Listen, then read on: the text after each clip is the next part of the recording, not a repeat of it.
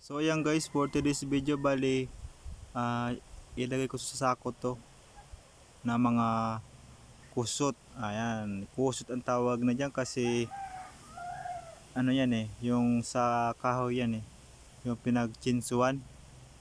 So gagamitin ko yan sa pwede sa pananim, pwede pang sa pang makot pag magisaing o pag magluluto ng ng mga pagkain. So pwede siya igatong pangmakot. Ayan. Ayan. So maganda yan pangmakot kasi nga siya, mga manipis na kahoy na. So tuyong tuyo na yan kaya kinuha ko na kasi tamang tama mainit ang panahon kaya natuyo na yan. So ngayon ilagay ko sa sako. Lahat yan ilagay ko sa sako. So yung matira niyan dyan na lang yan kasi para sa sunod naman yung yung iba ilagay na lang sa pananim yung matira dyan. Ngayon ito muna ang ilagay ko na yung nasa taas lang kasi yun ang tuyo, yung sa ilalim niyan ay basa pa so hindi pa naabot ng init. So mamaya ilagay ko yan sa doon sa malapit sa saingan kasi yung iba niyan ay gagamitin ko sa pangmakot para hindi na ako gumamit ng diesel. Yung kasi ginagamit ko yung sa so pag mamakot ako ng kahoy, ginagamitan ko ng ng diesel para umapoy agad. Pero iyan try ko na gamitin din pang pangmakot. Pagka sakaling maganda di yun na lang. Kasi yung kasi sabi sa akin ng pinsan ko, maganda daw yan ipangmakot, maapoy daw yan. So subukan natin para malaman natin kung yan ay garantisado na umapoy talaga. Pero para sa akin maganda yan kasi nga mga manipis na kahoy yung yan, yung pinagpawersuhan taka parang hatingin ko pag pinagsindihan o sindihan ng apoy siguradong yan apoy talaga yan kasi mga manipis na kahoy So subukan natin mamaya ang gabi kapag ako'y magluluto na. Ayan, so bali lagay ko mo to guys sa sako. So para makailang sako ako nito ay hindi maganda. So pwede pa yan magamit, recycle na lang yung ating yung pinagchinsuan. So yun nga pala guys, yung pinagchinsuan yan ay yung kahoy na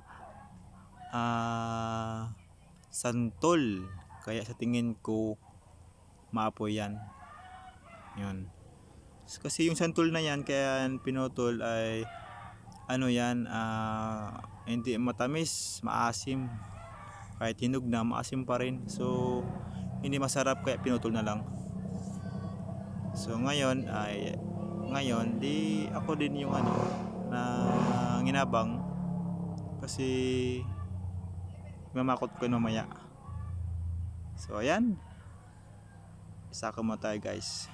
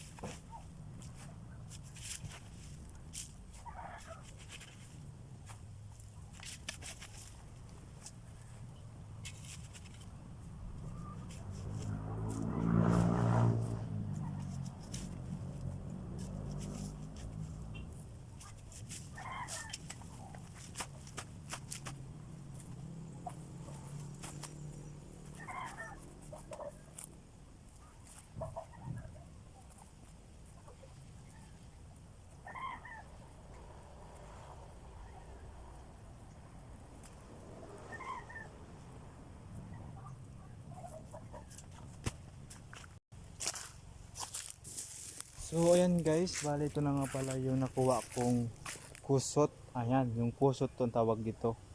Kasi ito yung yung pinagtsinsuhan ng kahoy. Ayan, so ito yung nakuha ko.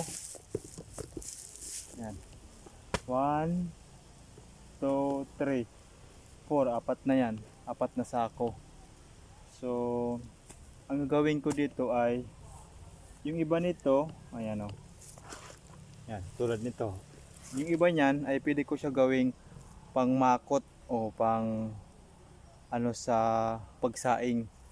Kasi maano to, maapoy kapag sinindihan. Yan o. Purong kahoy talaga na na maliit. So, pag ito nasindihan, kapag ito nasindihan ng apoy, liliyab to. Kasi manipis na yung pagkaano niya, yung pagkahiwa niya, no. So maganda to pang pangmakot sa saing pag magluluto. Yan, so apat. Yung iba nito pwede ito ilagay sa mga pananim.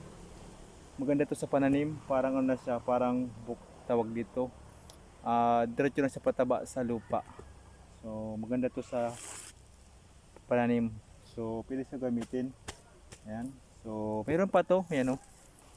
Sisimutin ko pa yan sa sunod na araw na lang. Sa sunod ko lang ang araw sisimutin yan. So ngayon ito lang muna ang kunin ko, yung sa taas lang muna. Ayan. So ayan guys, hanggang dito lang yung aking vlog. Thank you sa iyong panood.